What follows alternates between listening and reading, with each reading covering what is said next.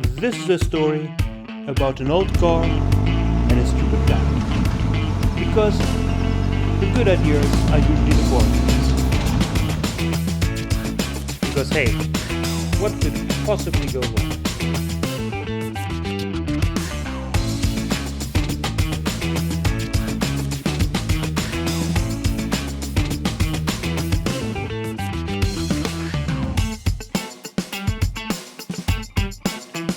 Botanical garden in Korok, something you wouldn't necessarily expect, and of course we have to go and check that out. I mean, Anya is like a professional in this field.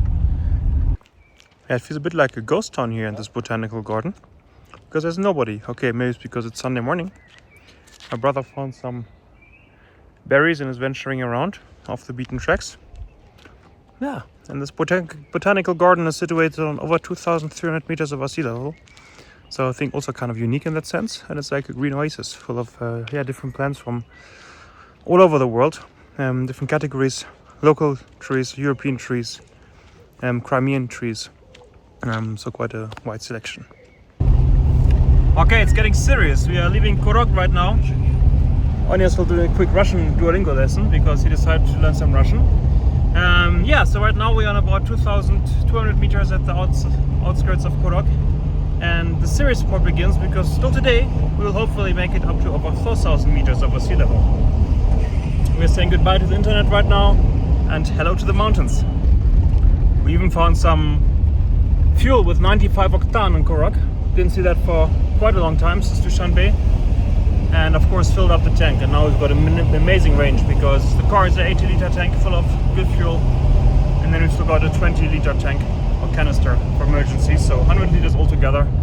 That should get us about, well, normally over 1,000 kilometers, up here over 800 kilometers, which is more than enough to get to Mugrab, the next bigger settlement on over 4,000 meters, and then further towards Kyrgyzstan.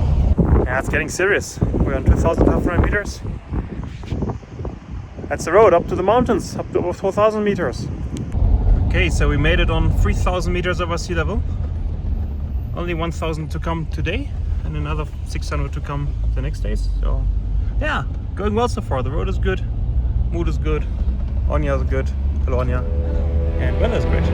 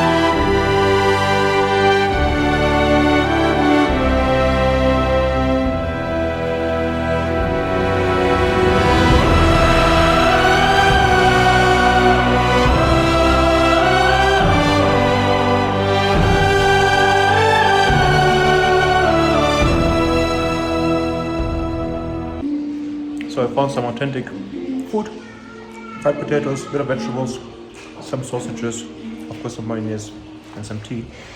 Sitting in a very authentic little roadside restaurant on 3,400 meters over sea level. Once again we had some local hitchhiker, and he was a really cute guy, an English teacher who even spoke some English. Not that much, but anyway.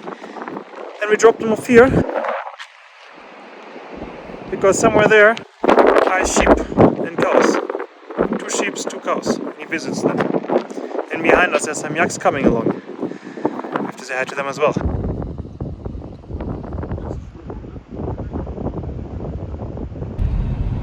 Okay, it's time to look for a place to camp. And we drove a bit back already because it's quite windy up there. And now we decided to have a look if we find a place that's a bit less windy. And the views is absolutely beautiful. We ended up being surprisingly reasonable, and yesterday we only drove up to 3,500 meters approximately over sea level and had a camp there because the higher up you get, the more windy it also gets, and the wind is an issue with the rooftop tent. So last night we actually got a very protected spot from the wind. Absolutely perfect night in the tent. On top of that, it also kind of makes sense not to cover too much height every day, because like this the body has more time to get used to the altitude. Going up too quick can result in altitude sickness, which is not very comfortable. It feels a bit like being sick, wanting to throw up. So if you cover maximum 500 to 800 meters of altitude a day, the odds of getting altitude sickness are way lower. But today the route takes us definitely over 4,000 meters. Onya's warming up a bit, running a little bit in front of the car. I gave him a small head start. Show you where he is right now. This crazy guy always needs some extra movement. Jogging here on 3,500 meters. Beautiful countrysides. Nah, let's not pick him up. Never mind. Bye, Onya. See you. Okay, maybe I'll stop. Yeah, he's a good guy. I only have one brother. I need him. There we go. Running over here. Meanwhile, look at this amazing view. It's just absolutely perfect. As you might remember, a week ago, also in Tajikistan, we made it to 3,900 meters on a dirt trek up the mountain. And here the road isn't that bad. And look, new record on this trip. And the fun fact is that it's only the beginning, with many, many more meters of altitude to go. And up we go, the Pamir Highway. It's used to be quite flat yesterday, but today it's a bit steeper. So we're actually making quite quick progress. We just crossed 3,970 meters, so we almost made it to 4,000 meters. Have to be careful, it's a bit bumpy here.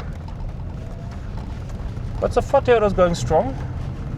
First gear still has a lot of power. Second gear feels very weak. But even second gear is enough to cross these stretches of road. So I'm quite optimistic we can make it up to 4,655 meters in a few days. We made it to 4,000 meters over sea level. Absolutely good feeling. Theodore's still going strong. Let's see how long the road will be like this. But we cannot go very fast here anyway, so it doesn't really matter. Okay, after being spoiled yesterday for about 2 hours with nice tarmac, well, mostly nice tarmac, today we are back on the bumpy roads, and you have to actually be really careful here because it's clay ground, and inside this clay there are big stones that are waiting to destroy your car from underneath. So yeah, pretty slow progress, but of course as soon as I turn on the camera to show you the bad road, it gets better and I can shift into the second gear. Yeah, filming does a trick, but the last half hour or so we are really crawling along over this very bumpy road. But as long as you go slow and look exactly where you're going, it's absolutely no problem. And then from the front, there are two big Chinese trucks also crawling down this road. I mean, I don't know how they managed to drive here, to be honest, but it works somehow. It's something like a miracle. Up on over 4,100 meters over sea level in the Pamir Mountains in Tajikistan. Okay, so we are about 4 or 5 hours away from Korok. That's the bigger town with botanical garden you might remember from a bit before. And we're about, I guess, at least 2 hours away from Mugrab, which is the last settlement in the mountains, which is a bit bigger than a village. And I mean, look at it. There's just a house here. Imagine living here. I mean, there was a car in the garage. Yes, they have a garage. Yeah, up here in the mountains. You can see on the roof some solar panels. That's because the power lines you can also see in the background have no power on them anymore because the Soviet Union is missing that used to pay for the people here. So now it's up to them to survive in the mountains. But it's kind of crazy that people actually still live up here. Then also there are the sheep and the shepherds. I guess that's one of the few reasons why you're up here, in summer at least, not in winter. But yeah, absolutely different world. The road here is, well, again, tarmac. Quite wavy and wobbly. You still want to be careful. And the last 10 kilometers or so were absolutely crazy, huge holes and stones, and yeah, nothing you'd really want to call a road, I guess.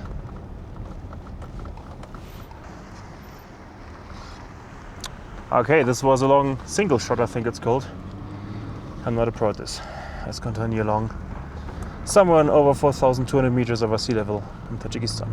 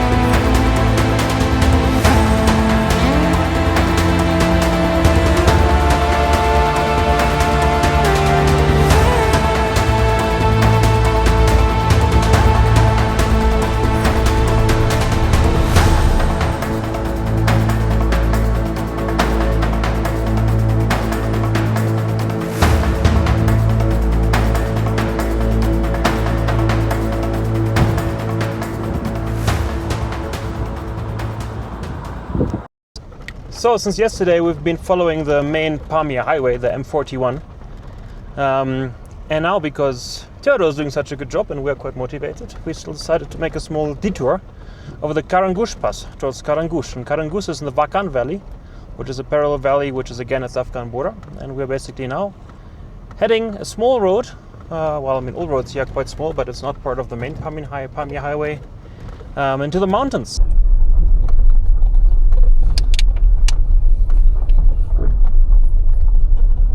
Hello. That looks tough. It is. Want to try? No, but it will only go down from now on. I think so. So you almost made it. Thank you. Good luck, huh? Good luck to you. Thanks. You think your car can make it? Ah, I got here all the way from Germany. I think I'm fine. Let's see. We'll be fine. Yeah. Okay, so we found a good camping spot, about 4,000 meters over sea level on the Vakan corridor. And the hood is open because, yeah, the height is not only challenging in terms of air, but also the problem is that if we're high, the temperature of boiling water is getting lower. So here water boils already at about 85 degrees Celsius. That's about the engine temperature, which would be fine because the system is pressurized and that's why it doesn't boil. But somehow there's a hissing noise coming out of the engine close to the radiator. That's losing some pressure, which isn't that great.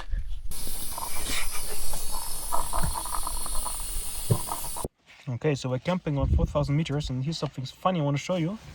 It's a coffee that I bought in Dushanbe, a normal, well, basically height, 600 meters or so, and it's completely, bloated with air because of the altitude. Completely round, hope it won't explode. Okay, after a nice dinner in our camping spot, we decided it's time for a small walk. So walking up the mountain pass a bit more, and we're already on 4,090 meters, and the air is thin. Like walking up here, you directly feel like you're not very fit. Also, it's getting cold already. Without the sun, it's cold up here, but the view is absolutely beautiful. Okay, made it to 4,130 meters, and that's absolutely gorgeous here. But now it's time to get back to our comfy tent and camp, and Theodor, of course. Right, Anya? Yeah. He agrees. Easygoing guy. So we had a very beautiful camp on about 4,000 meters over sea level, and it was surprisingly warm. It wasn't cold at all. I guess around 3-4 degrees, I guess, at night. but in the warm sleeping bag, absolutely comfortable. Now we did a quick breakfast at the lake we also visited yesterday, and we're driving back towards the main M41 instead, down to the Vakan Valley, because there are many very stony steep bits. We could do it, but at the end of the day, the main goal is to get this car back home, because this car is also our means of transport and our good friend. So we decided not to drive all the way over to the Vakan Valley, but much rather to head back to the M41 and not torture Theodore more than necessary, because I mean this tour is already quite something. I mean, look at this, how beautiful it is. Open road, mountains, and there's absolutely nobody here. We saw one car this morning, and now, well, it's already quite a few hours into the day and nobody else passed. Just us on the open road.